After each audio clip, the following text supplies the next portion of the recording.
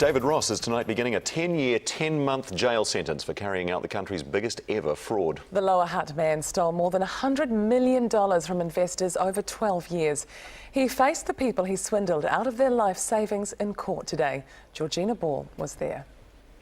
This man fleeced investors of tens of millions of dollars. Today, he was jailed for 10 years and 10 months for what the judge said was the worst fraud of its kind ever committed in this country. Your hubris has wrought incalculable harm to the lives of many hundreds of people who were trusting and vulnerable and are now devastated.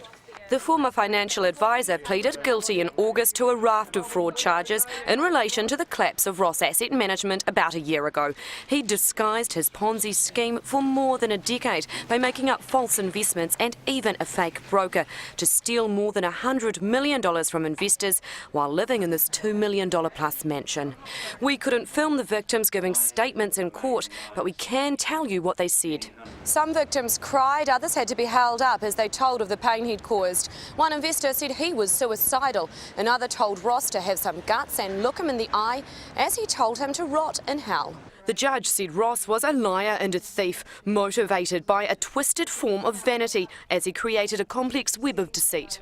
Through his lawyer, Ross apologised, saying he wished he could turn back the clock. I'm so sorry for the losses you have incurred because of my actions and the winding up of the Ross Asset Management Group. Ross will serve at least 5.5 years before being eligible for parole. It's a very significant sentence, but it's cold comfort, of course, to investors who have lost millions of dollars. The sentence is simply too light.